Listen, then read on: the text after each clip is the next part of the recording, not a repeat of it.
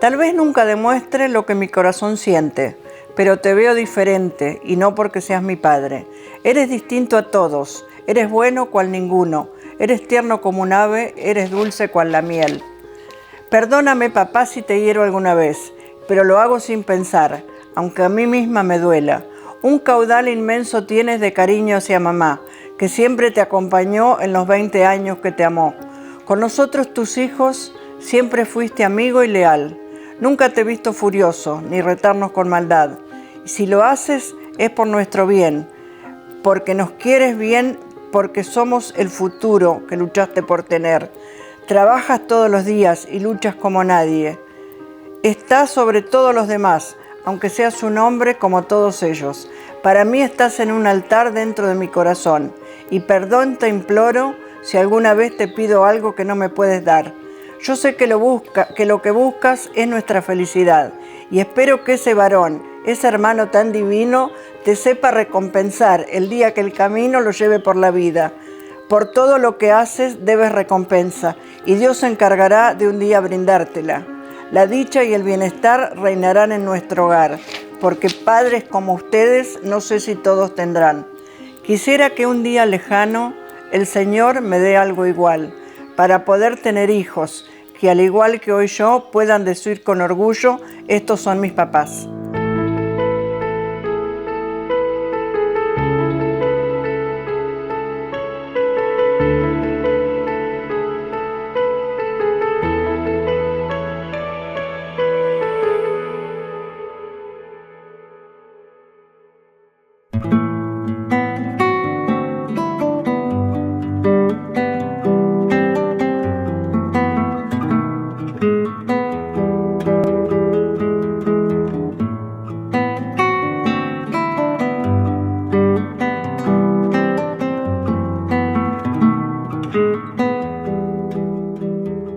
Nací en Rancul, en el Hospital Viejo, el 27 de julio de 1955.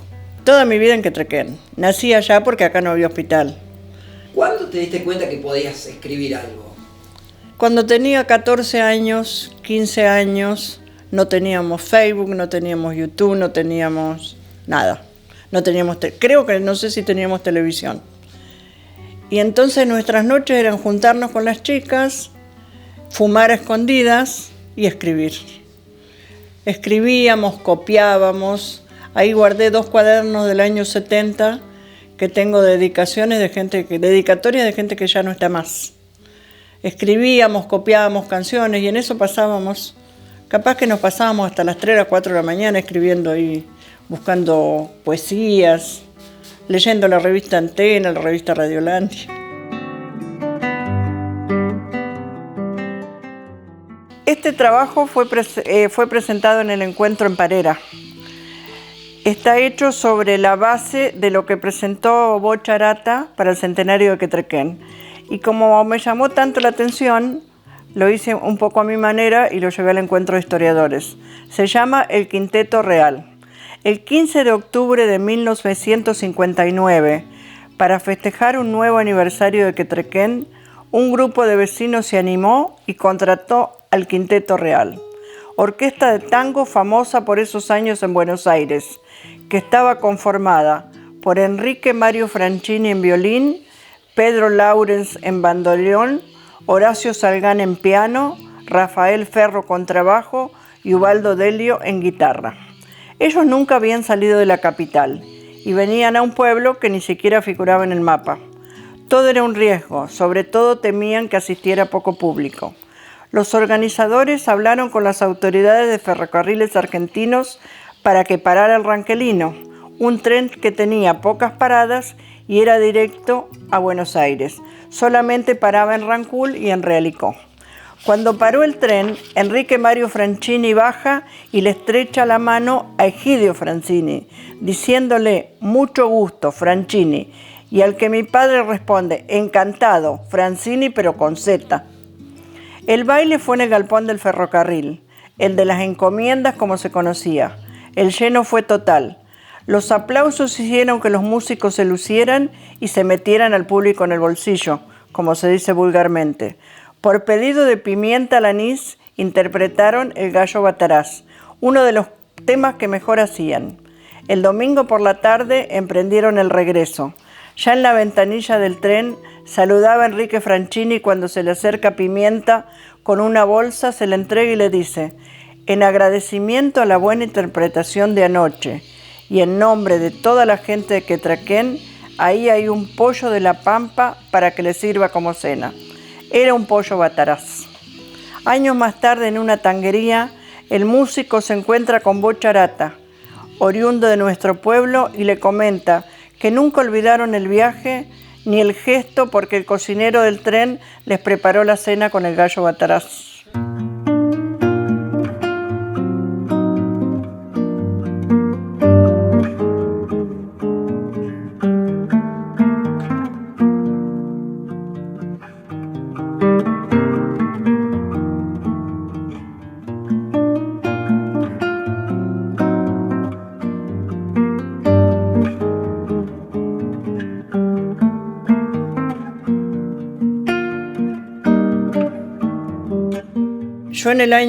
Yo después me dediqué, después de escribir, cuando era jovencita, me dediqué a trabajar. Trabajé siempre, crié mi familia, tuve mi familia, crié todos.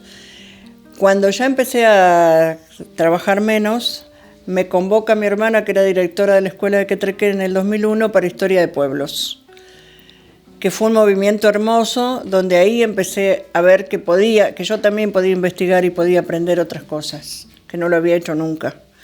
Lo primero que hicimos fue la iglesia en el contexto de la sociedad, que ahora, viéndolo después de 20 años, me doy cuenta que tuvimos errores, pero bueno, aprendimos. Después, en el 2003, fue el primer encuentro de historiadores de Rancul, y ahí participé porque me invitaron desde acá de la comuna. En el 2004 fue el encuentro de historiadores de Quetraquén por el centenario, y ya me encantó empezar a investigar. Yo soy buscadora de historias más que escritora. Ahora, para el encuentro de Realicó, que va a ser en noviembre, escribí sobre José Pepe Trovato, que la hija Coca me pidió que por favor ponga que el padre era Pepe Trovato.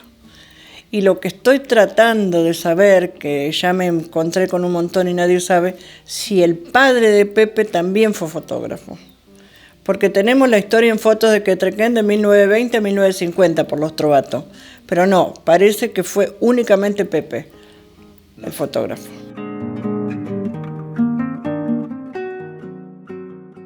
Andrés López Conde nació en Madrid el 20 de marzo de 1895. Estudió farmacia, luego vino a Buenos Aires con su madre, Felicidad Conde, y su hermano Víctor, que también era farmacéutico. Su hermano se estableció en Posadas, Misiones. Se casa en Buenos Aires y decide trasladarse con su familia a Quetraquén, provincia de La Pampa, para abrir su farmacia en esta localidad. Esta localidad había sido fundada en 1904, donde ya pasaba el ferrocarril y prometía ser una ciudad pujante, con estancias a su alrededor. En este pueblo nacieron sus mellizas, Nelly María y Ana Olga. En 1926 nació Sara Beatriz López, su otra hija.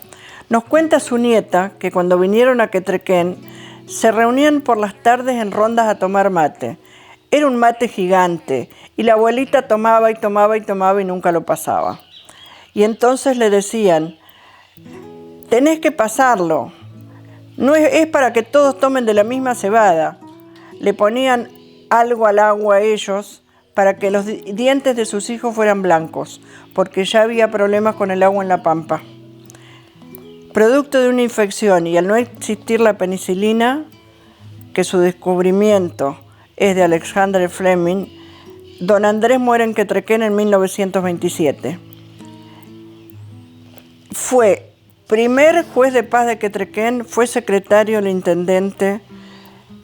Cuando Bartolo Buzo se reúne con Hipólito Yrigoyen para gestionar un municipio y un juzgado de paz, en 1920 la población era de 728 habitantes. El 25 de agosto de 1922 se funda la Comisión de Fomento. El primer intendente César Hueburo, juez de paz y secretario municipal Andrés López Conde. En la municipalidad la municipalidad por 20 años cede un terreno a los señores Cristófol y Otto Claven para instalar una usina eléctrica. En representación de la municipalidad firma Enver y López Conde. En una guía de La Pampa, confeccionada por Ferrocarriles, ya figura la señora como viuda de López al año siguiente, 1928. Para recuperar la historia del farmacéutico, recuperé a datos que figuran en el libro del Centenario y también a su nieta Gloria Salvino, que es la que cuenta muchos recuerdos. Hablando con el señor Calvi de Rancul, conocedor de historias relacionadas por la religión, por haber estado mucho en contacto con los curas, cuando el farmacéutico López falleció, su féretro fue llevado en andas hasta el cementerio local que dista 3 kilómetros del mismo. Se suponía que era el primer difunto enterrado aquí, ya que de los años anteriores no hay registros y la parcela que pertenece al cementerio fue escriturada muchos años después. Fue muy participativo en política y hay un aviso del diario de Quetrequén donde comunican su muerte. En 1927, o sea que teníamos diario también.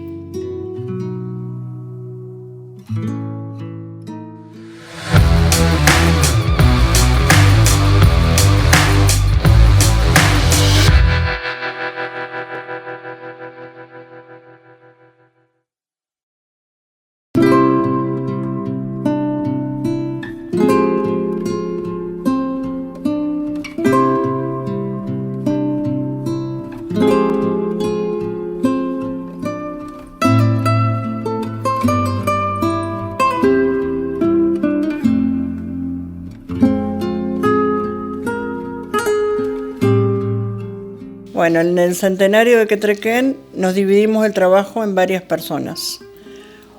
Yo busqué todo lo que era el agro, todo lo que era el deporte, escribí la historia del club, volvimos a poner lo de la iglesia, después buscamos una profesora de geografía, Ivana Lukasiewicz, que hizo toda la introducción, Juan Antonio Martín, que también nos ayudó. En ese momento escribir un libro no sabíamos que iba a ser tan hermoso, porque terminamos encontrándonos con gente que hoy seguimos siendo amigos y que nos ayudó muchísimo. Empezar a buscar con gente que estaba en Buenos Aires. Roberto Moñuz contactó a los buzos, otros contactaron a otros. Alejandro Gaido nos ayudó muchísimo con sus escritos y sus cosas que había guardado, y así llegamos a tener el libro del Centenario. Cuando lo terminamos, que lo armó todo un señor de Santa Rosa, Cacho Evangelista, nos dijo: ustedes no saben lo que hicieron para la gente que viene. Esto es una obra que va a quedar para todos los que vienen. Y hoy lo siguen usando. Yo veo que en la biblioteca, en la escuela, siguen usando el libro que hicimos para el centenario.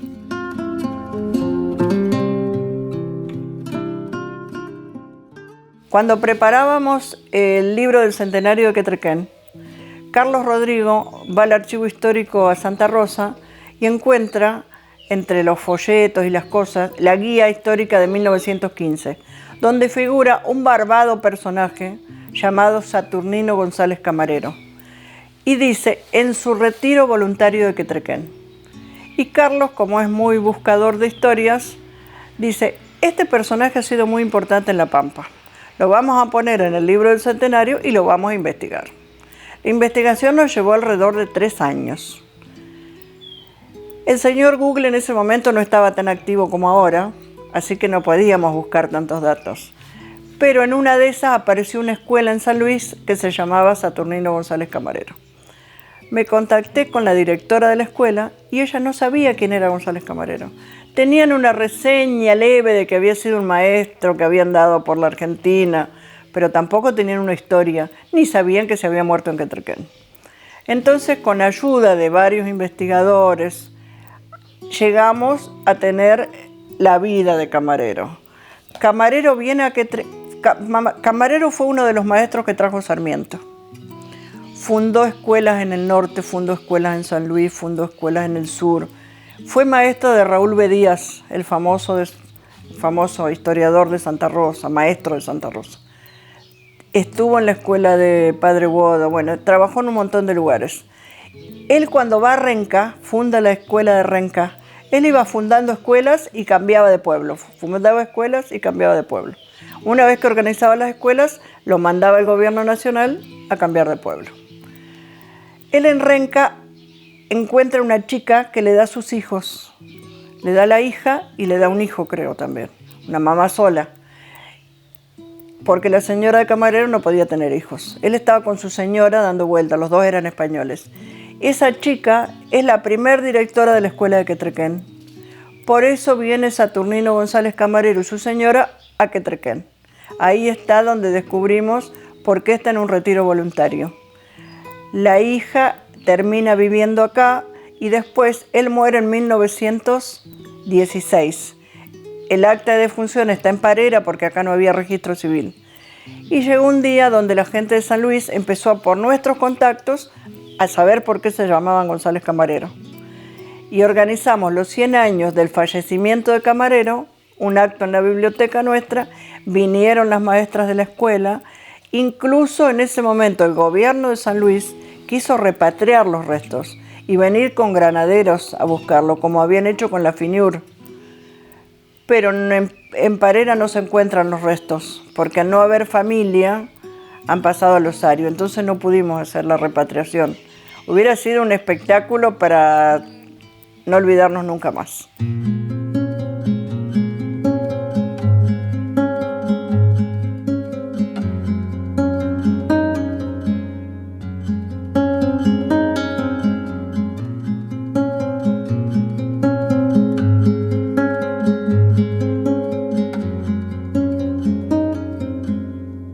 Porque una vez que entraste a investigar y a buscar, te van apareciendo solas las cosas en la cabeza.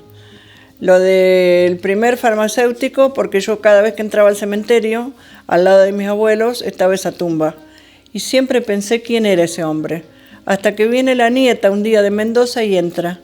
Y ahí me contacto con la nieta. De la municipalidad, cuando llaman, siempre me los mandan para buscar datos. Me contacto con la nieta y ella me cuenta un poco. Y buscando en el libro que hicimos para el Quetrequén, tanto en política, tanto en juzgado de paz, fue muy participativo. Entonces ahí escribo la historia de él. Trovato me llama la atención porque las fotos, la hija ahora nos dona todas las fotos para Quetrequén, porque quiere que quede en el pueblo donde el padre trabajó. Y ves esa foto y te parece un tornado que pasó en el año 31, que se llevó todos los galpones de la estación. Son cosas que empezás a buscar y te va apareciendo. Después en el movimiento de historiadores vas aprendiendo, porque hay gente que sabe mucho. Los pilares, que son Carlos Rodrigo, Quique Martín, el Petizo Matei, el Lucho, son gente que conoce mucho y que te va sumando, siempre te suma, y ahí vas. Lo lindo de investigar es que empezás y cuando terminaste la historia se cerró. Y lo bueno que queda plasmada en un libro. Que quedan libros, quedan libros. Ya y con este van a ser 17 libros.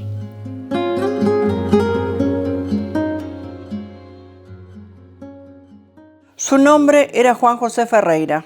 Nació en Realicó, tal vez porque en Quetrequén no había hospital, el 10 de septiembre de 1951. Hijo de José Ferreira y Julia Estela Domínguez, más conocida como Quita. Era el hijo mayor. Luego nacieron sus 4 hermanas, Anita Julia, María Aurelia, Nélida Beatriz y Edith Emilce. Fue un niño feliz como eran los niños de su época, cazando pajaritos, jugando a la bolita, caminando las calles arenosas de este pueblo. Concurrió a la escuela número 42 y egresó con el 6º grado, que era por ciento muy importante. Muchos compañeritos tuvieron que desertar para acompañar a sus padres a trabajar en el campo y así llevar un plato más de comida a la mesa familiar. Pero la vida le tenía una trampa preparada. Con sus 20 y pico cumplidos, se fue a Huinca-Renancó a trabajar en la obra que construía la Junta Nacional de Granos para almacenar cereal, y un accidente, una mala maniobra en el manejo de la grúa, lo dejó atrapado y allí comenzó su odisea. Siempre acompañado por la que fuera su esposa y madre de su única hija, Vanessa Beatriz Guzmán, fue trasladado para su mejor atención a Buenos Aires, luego a Mendoza. Fue intervenido en Entre Ríos, pero sus piernas se negaron a caminar. Volvió a Quetrequén, su pueblo natal. Su carisma lo hizo conocido de políticos de turno que lo apreciaban y lo ayudaban. Se trasladó con su familia a vivir a Santa Rosa. Allí le asignaron una agencia de quiniela, pero regresó solo a la casa de su madre. Y ahí su silla de ruedas se rodeó de chicos jugadores de fútbol, que vieron en él la ilusión de competir con niños de otros pueblos. Con su auto llegaba un equipo de 7 a jugar campeonatos nocturnos al Club Pampa de Rancul. Era para ellos una fiesta. Compraban mortadela y pan para la cena y salían temprano para pasear antes del encuentro, para ver minas, como decían los que cumplían 12 años. Manejaba con un palo en cada mano, uno para el embriague y el otro para el acelerador y el freno. Fue el impulsor de llevarlos al ENFI, Encuentro Nacional de Fútbol Infantil a Villa Huidobro, donde se encontraban con equipos de renombre y volvían con una alegría que solo Juancho les hacía vivir. Luego se dedicó a transmitir y organizar carreras de bicicletas, llenando el pueblo con parlantes y colores en cada carrera que le tocaba de local. Organizó bailes para juntar fondos para sus eventos. Su salud se fue deteriorando y falleció a los 52 años. Sus ganas de vivir, su no entregarse ante lo que le tocó en suerte, su alegría contagiosa para que los demás hagan lo que él no podía por su problema físico. Está rodeado siempre de deportistas y jóvenes. Fue y será un ejemplo de lucha, un no entregarse ante las adversidades, ante los palos que le va poniendo la vida al girar de la rueda, y pensar que por mucho menos hay personas que no le encuentran una causa a la vida.